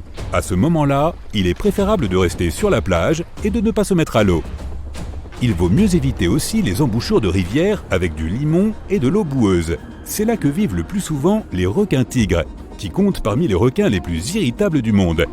Mais le principal signe que ces requins sont dans les parages, ce sont les bateaux de pêche. Si tu les vois à l'horizon, ne va pas dans l'eau. Les pêcheurs utilisent des filets pour attraper de grandes quantités de poissons. Et là où il y a beaucoup de poissons, il y a un requin qui nage et essaie de se nourrir. Toutefois, si tu es dans l'eau et que tu vois déjà un requin nager vers toi, alors tu as encore une chance de survivre. L'essentiel est de ne pas paniquer, n'éclabousse pas et ne fais pas de mouvements brusques pour ne pas exciter le requin. Ne t'éloigne pas du requin en nageant, car il peut penser que tu es une proie. Le requin tournera autour de toi, alors ne le perds pas de vue. Tu peux nager lentement vers le rivage jusqu'à ce que tu atteignes une eau peu profonde pour t'échapper rapidement. Mais fais attention, le requin peut te suivre jusque-là. Si le requin t'attaque quand même, tu devras alors te battre pour ta vie. Les points faibles du requin sont les yeux et les branchies. Sur ce, bonne chance! Tu entres dans le territoire étonnant mais abandonné d'un parc animalier. Les cages des animaux sont recouvertes d'herbe. Les petites maisons ont été abandonnées depuis longtemps et il y a des toiles d'araignées et de la moisissure partout. Tu entres dans un bâtiment sombre et tu vois une lueur verte devant toi. Tu t'approches et tu réalises qu'il s'agit d'un grand réservoir d'eau. Il y a de l'eau verte croupie dedans, mais tu es attiré par la silhouette d'un énorme poisson à l'intérieur. Tu viens de trouver un grand requin blanc. Son corps se trouve dans une solution de formol qui le préserve parfaitement. En 2012, Wildlife Wonderland en Australie a cessé ses activités. Tous les animaux ont été déplacés de là, mais le requin a été oublié. En 2018, l'explorateur urbain Luke Macpherson a visité cet endroit abandonné et a publié une vidéo du requin embaumé. La vidéo a été visionnée des millions de fois et le requin a reçu un nom, Rosie. Depuis lors, le parc a attiré de nombreux touristes. Malheureusement, des vandales en faisaient partie. L'aquarium a été endommagé et des graffitis y ont été peints. Les gens ont exigé que cette trouvaille si inhabituelle soit protégée et quelques mois plus tard, alors que l'endroit était presque détruit, il a été déplacé vers un autre centre d'exposition en activité. Là, le bassin a été restauré et le liquide a été renouvelé, afin que le requin puisse conserver son apparence. Le prochain lieu abandonné est beaucoup plus effrayant. C'est probablement pour cette raison qu'il attire beaucoup de visiteurs. Nous sommes en République tchèque, dans le petit village de Lukova. C'est très beau ici, avec de petites maisons, des rues accueillantes et une nature verdoyante. Parmi les arbres, tu remarques soudain la silhouette d'une vieille chapelle. Avant d'y entrer, tu te rends compte qu'elle est complètement abandonnée. Tu vois de vieilles briques avec de la peinture délavée sur les murs et un toit en métal rouillé. Cela semble un peu effrayant. Tu fais un pas à l'intérieur. Si certains voyageurs découvraient cet endroit la nuit, ils s'enfuiraient en hurlant à cause de ce dont ils seraient témoins à l'intérieur. Il y a des communiants dans cette chapelle. La plupart sont assis sur des bancs et certains sont debout. Ils ne bougent pas parce que ce sont des statues en plâtre. Mais le plus terrifiant est que chaque statue est recouverte d'un drap blanc. En 1968, le toit de la chapelle a commencé à pourrir. Finalement, il s'est effondré et les habitants ont arrêté d'y venir. En 2014, un artiste a fabriqué des statues en plâtre et les a placées ici pour donner l'impression que le bâtiment était hanté. Cette installation attire les touristes du monde entier, ce qui aide à récolter l'argent nécessaire à la restauration de la chapelle. Nous sommes maintenant aux États-Unis en train de rouler sur l'autoroute de Vashon. Il y a une forêt dense des deux côtés de la route. Tu arrives à l'arrêt de bus et tu descends de la voiture. Pour voir l'étrange trouvaille dont tu as entendu parler, tu dois aller dans la forêt. Tu passes par les buissons, la boue, les arbres et te voilà. Au début, tu ne vois rien de spécial, mais ensuite, tu lèves les yeux. Il y a une bicyclette rouge rouillée littéralement à l'intérieur d'un arbre. Elle est devenue une partie intégrante de la forêt. Les roues et le guidon dépassent et tout le reste est à l'intérieur du tronc. Il s'avère qu'en 1954, un garçon du coin a reçu une bicyclette, mais il n'était pas très content de son cadeau. Les pneus étaient très fins et très durs, et le guidon semblait provenir d'un tricycle d'enfant. Un jour, ce garçon jouait dans les bois avec ses amis, et lui seul avait une bicyclette. Quand tout le monde a commencé à rentrer chez lui, le garçon a laissé le vélo contre l'arbre. Celui-ci a continué à pousser, et le vélo en est devenu partie intégrante. Quittons les endroits froids et sombres, et dirigeons-nous vers le centre du désert de Californie du Sud. Le soleil y est très chaud, et il n'y a personne autour. Il n'y a que du sable, des buissons secs et des montagnes au loin. Quelques heures s'écoulent. Tu as soif. Le soleil te brûle la peau. Et soudain, tu vois de l'eau. Ou est-ce un mirage? Tu t'approches dans l'espoir que ce ne soit pas le cas, ouais. C'est de la vraie eau, mais ce n'est pas une oasis. Ici, au milieu du désert, il y a une piscine. Quel plaisir d'y plonger. C'est ce qu'on appelle une piscine sociale. Un artiste l'a construite au cours de l'été 2014. Absolument tout le monde peut utiliser cette piscine. En revanche, pour cela, il faut d'abord la trouver. Malheureusement, il n'en reste qu'une carcasse aujourd'hui. Les lieux abandonnés ne contiennent pas seulement des choses bizarres et effrayantes. Certaines découvertes peuvent rendre la personne qui les a trouvées riche. Nous allons dans le quartier rouge de Pigalle à Paris. C'est un quartier résidentiel et rien n'a l'air abandonné. Tu entres dans une de ces maisons, tu croises des gens à l'entrée qui vérifient leur courrier dans la boîte aux lettres. Tu montes les escaliers et tu t'arrêtes à la porte d'un certain appartement. Il a l'air délabré. Tu l'ouvres et tu entres à l'intérieur. Ce que tu vois ici te rappelle une scène effrayante tirée d'un film de maison hantée. Tous les meubles et les décorations sont d'époque et tout l'appartement ressemble à une brocante. Une épaisse couche de poussière recouvre chaque centimètre de cet endroit. De vieilles poupées effrayantes et des jouets en peluche reposent sur les tables et sur le sol. Ajoute une mélodie angoissante provenant d'une boîte à musique et tu obtiens un ensemble d'horreur complet. Tu as l'impression d'être remonté un siècle dans le temps et dans un sens, c'est le cas. Le propriétaire de l'appartement a déménagé dans les années 40. Elle a tout laissé tel quel. L'appartement est resté intact pendant 70 ans. Il a été découvert en 2010 lorsque des gens ont commencé à évaluer les biens de la propriétaire de cet appartement. Elle a vécu ailleurs et n'a parlé à personne de l'endroit. Lorsque les huissiers ont ouvert l'appartement, ils ont trouvé un tableau de l'artiste italien Giovanni Boldini, qu'il avait peint au 19e siècle. Ce tableau a été vendu pour 2,5 millions de dollars. Maintenant, nous allons dans un autre désert, en Namibie. Ici, parmi les dunes, non loin de la côte océanique, tu trouveras une lagune asséchée et un vieux bateau coulé à moitié enterré dans le sable. Ou plutôt ce qu'il en reste. Ce navire portugais a environ 500 ans. Il a quitté Lisbonne en 1533 et a disparu près d'une ville minière qui extrayait des diamants en Namibie. En se promenant dans l'épave, on peut trouver des pièces de bateaux de cette époque, mais le plus intéressant est un coffre avec des pièces d'or. La valeur nette de l'ensemble du navire ainsi que du précieux trésor est estimée à plus de 12 millions de dollars. L'épave a été découverte par des géologues en 2008, mais sa pleine gloire n'a été exposée que 8 ans plus tard. Et maintenant, tu te balades dans les rues de New York en passant par une sombre ruelle déserte où tu aperçois des poubelles. Tu remarques une toile peinte qui dépasse de l'une d'entre elles. Tu la sors de la poubelle et tu réalises qu'il s'agit d'un tableau. L'image n'est pas très claire, mais elle a l'air belle. Tu décides qu'une œuvre d'art n'a pas sa place dans la poubelle et tu la ramènes chez toi. Pendant les 4 années suivantes, tu essaies de trouver quelque chose sur ce tableau. Et un jour, sur un site web consacré aux antiquités, tu découvres que cette toile est un authentique chef-d'œuvre disparu d'une valeur d'1 million de dollars.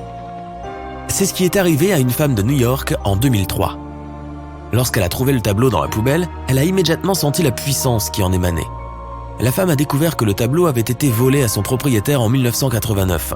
Elle l'a rendu et a reçu 15 000 $ en guise de récompense. Le tableau, intitulé « Tres Personajes », a été dessiné par l'artiste mexicain Rufino Tamayo en 1970. Un collectionneur a acheté cette œuvre d'art comme cadeau pour sa femme, mais quelques années plus tard, le tableau a été volé alors que le couple emménageait dans une nouvelle maison. Terminons maintenant notre voyage par la découverte la plus grandiose et la plus importante. Nous sommes en Turquie. Tu vis dans une vieille maison depuis très longtemps et tu veux redécorer l'endroit. Tu jettes toutes tes affaires usées et tu te souviens que tu as un vieux sous-sol. Tu n'en avais jamais eu besoin avant, mais tu décides de le transformer en chambre. Tu abats un mur et tu découvres un tunnel qui mène au sous-sol. Tout excité, tu décides de t'y rendre et tu réalises que le tunnel ne mène pas seulement à une pièce secrète, il mène à une ville souterraine colossale. En 1963, un Turc a découvert une ancienne ville qui s'étendait sur 18 étages. Elle pouvait accueillir environ 20 000 habitants, du bétail et des vivres. Ce n'est pas seulement un labyrinthe de tunnels. Il y a une chapelle, une école, des écuries, des cuisines et d'autres attributs de la civilisation. La ville a été fondée à l'époque byzantine, il y a plus de 1000 ans. Elle a probablement été construite pour servir d'abri contre les catastrophes naturelles et les guerres. Le détail le plus intéressant cependant est qu'elle n'est pas la seule ville souterraine. Elle est adjacente à de nombreux autres tunnels qui s'étendent sur plusieurs kilomètres. Tu nages à 3 km dans les profondeurs de l'océan. Ne me demande pas comment, mais joue le jeu. Il fait froid et la pression est intense. Il n'y a pas de poisson en vue. Puis, tu remarques une chose verte et brillante. C'est un scalet féroce. Son cou brille dans le noir pour attirer les poissons et autres délicieuses gourmandises. Ce requin n'a l'air de rien, il est petit, à peu près de la taille d'un chat. Il a la peau brune et de grands yeux verts. Mais les apparences peuvent être trompeuses. Chaque nuit, cette créature remonte à la surface et s'attaque aux grands requins blancs, aux baleines et même aux espadons. Si tu regardes attentivement, tu verras sa bouche ronde avec un tas de dents pointues. Ses dents ne font pas que mordre, mais elles fonctionnent un peu comme une scie. Ce requin est appelé scalet féroce, cookie cutter shark en anglais, parce que lorsqu'il voit quelque chose de délicieux, il se serre et sa morsure a une forme de cookie. Ces requins sont même connus pour désamorcer les sous-marins. On se demande quelle saveur ils ont. Notre prochain requin est à peu près de la longueur d'une voiture. Seule une centaine de ces requins ont été repérés, mais si jamais tu en croisais un, tu ne l'oublierais jamais. Il a une grande bouche, une énorme bouche, une méga bouche, comme la mienne. C'est le requin grande gueule. Tu pourrais facilement tenir dedans si tu te mettais en boule, mais ils ne sont pas dangereux, du moins pas pour les humains. Ils se nourrissent en nageant avec la bouche ouverte, filtrant le plancton et les autres produits sous-marins. Le requin a des organes spéciaux dans sa bouche qui brillent pour attirer les petits crustacés. Il nage dans les profondeurs de l'océan, dans l'obscurité totale. Mais il a probablement aussi un grand sourire. Les requins renards ont aussi une partie du corps très volumineuse, la queue. Elle fait presque la moitié de la longueur du requin lui-même et ressemble à une pale d'hélicoptère. C'est l'un des rares animaux qui chasse en se servant de sa queue. Le requin surprend un banc de poissons et commence à secouer son gagne-pain. Cela fait flipper une partie des poissons, ce qui est précisément le but recherché. En un clin d'œil, il peut aussi utiliser sa queue pour se défendre. Ce qu'il y a vraiment de cool avec ce requin, c'est qu'il n'attaque pas les gens. Le requin ange, bien qu'il existe plusieurs types de requins anges, ce sont plus des requins que des anges. Ils sont plats comme des raies pastenagues et leur peau est couverte de motifs qui les aident à se fondre dans le fond marin. À cause de ce camouflage, les plongeurs les touchent parfois accidentellement, ce qui n'est pas forcément une bonne idée. Ils sont rapides et ont des mâchoires puissantes. Pourtant, ils préfèrent le goût des petits poissons au tien. Le requin dormeur cornu a 2 crêtes qui ressemblent à des cornes juste au-dessus de ses yeux. C'est sans aucun doute le grand-père du monde des requins. Il n'est pas agressif, il nage assez lentement et se couche tard presque chaque nuit. Ses 2 repas préférés sont les oursins et les crustacés. Il déplace ses nageoires sur le fond marin un peu comme s'il avait des pattes.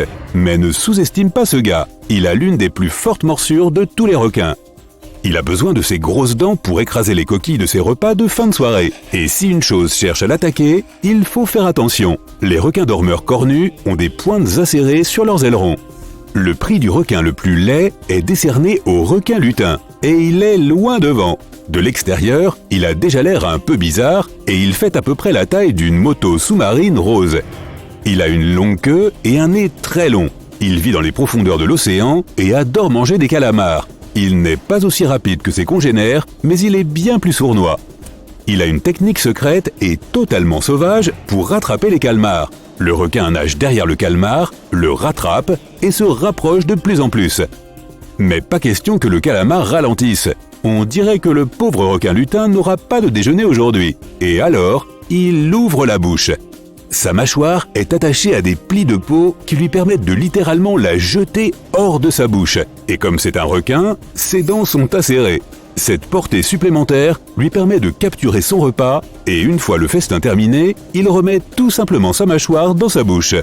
Ces requins ont été repérés à de nombreuses reprises au large des côtes du Japon. Ils doivent leur nom aux mythes et aux contes de fées japonais. Il n'y a qu'une chose plus cool qu'un requin ninja, c'est le requin lanterne ninja. Imagine qu'il y ait un tube que tu peux faire glisser vers le bas et qui t'emmène au fond de l'océan. Il fait trop sombre, tu ne peux rien voir. Soudain, tu remarques un point lumineux qui se déplace au loin. Il se rapproche et se dirige vers toi. C'est une tête bleue et brillante. Pire, on dirait que cette tête n'a pas de corps. Le requin lanterne ninja a la peau noire. Il est donc presque invisible dans l'obscurité. Il a la taille d'un bras humain, mais ses petites dents acérées sont loin d'être des gadgets. Personne ne sait vraiment pourquoi ce requin brille. Peut-être pour attirer des poissons savoureux. Une autre théorie avance qu'il utilise cette lumière pour communiquer avec ses amis. Est-ce qu'il a vraiment des amis ? Le requin marteau. Ce requin féroce peut peser jusqu'à une demi-tonne. Il vit dans les eaux tropicales du monde entier et c'est l'un des requins les plus faciles à reconnaître. Ses yeux sont en fait situés sur les flancs de sa tête en forme de marteau. Cela signifie qu'il peut voir dans presque toutes les directions. Il a même des muscles spéciaux au niveau du cou pour lever et baisser la tête afin de voir un peu mieux. Sa nourriture préférée ? Les raies pastenagues. Tu sais, ces choses plates qui nagent au fond de la mer, camouflées pour ressembler à du sable et à des morceaux de roche. Les raies pastenagues s'en sortent en se fondant dans leur environnement alors que le danger ne fait que passer. Mais les yeux du requin marteau voient tout. Oh oh! Les grands requins blancs, les requins marteaux et autres grands requins vivent environ 25 ans. Mais il y a un requin qui peut vivre bien plus longtemps. Le requin du Groenland peut vivre entre 300 et 500 ans. Il se trouve principalement dans les océans Atlantique Nord et Arctique. Il aime nager dans les profondeurs où il fait sombre, alors il se sert de son nez pour renifler la nourriture. Comme il passe beaucoup de temps au fond, il a trouvé le moyen de résister à la forte pression. C'est l'un des plus vieux poissons vivants, le plus grand et le plus lent sur Terre. Imagine que tu es en croisière dans l'Arctique et que tu vois un de ces requins qui avance lentement dans l'eau glacée. Il a peut-être 400 ans de plus que toi. La plupart des requins sont omnivores. Ils peuvent s'attaquer aux dauphins, aux autres requins, aux crabes, aux oursins, aux poissons plus petits ou même plus gros. Aux hot dogs ? Non, je plaisante pour les hot dogs. Mais le requin marteau Tiburo, lui, est un peu différent. Il mange des algues à la moitié de ses repas. Il est en fait apparenté au requin marteau, mais sa tête ressemble plus à une pelle. Peut-on creuser ? Si tu vois ce dernier nager, tu pourrais penser que c'est un serpent de mer ou un énorme ver d'eau. Les requins lézards aiment nager au fond de l'océan comme beaucoup d'autres requins. Quand ils chassent quelque chose de délicieux, ils se déplacent un peu comme un serpent. Et tout comme un serpent, ils aiment engloutir leur repas en un seul morceau. Mais cela ne veut pas dire qu'ils n'ont pas de dents. Au contraire, ils en ont environ 200 et elles sont bien aiguisées. Le requin-scie a un long nez plat et très pointu. Les dents qu'il a sur le nez ne cessent de pousser. Chacune de ces dents est équipée de récepteurs électriques pour aider le requin-scie à sentir les poissons qui se trouvent à proximité, comme le radar d'un navire. Quand le dîner est à proximité, le requin nage et frappe de son nez, l'agitant comme un chevalier exhibant ses talents. Par ailleurs, si ce type passe à proximité, tu n'auras pas le temps de cligner des yeux. Tu l'as vu ? Et maintenant, je te présente le requin le plus rapide du monde, le requin mako. Il peut nager jusqu'à 55 km/h. Cela ne semble pas si rapide sur Terre, mais sous l'eau, ça l'est. C'est plus long qu'un guépard, mais plus rapide que la plupart des chiens. Il a le sang chaud, ce qui est super rare pour un requin. Cela lui permet de nager vers des endroits froids et éloignés où un requin ordinaire ne survivrait tout simplement pas. L'espadon va beaucoup plus vite. Il peut nager jusqu'à 90 km/h. Ce n'est pas un requin, mais c'est quand même une créature extraordinaire.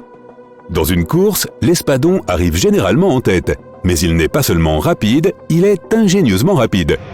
Il a une glande à côté de son nez qui pompe une huile spéciale. Cette huile se répand par le nez et ressort par de minuscules trous.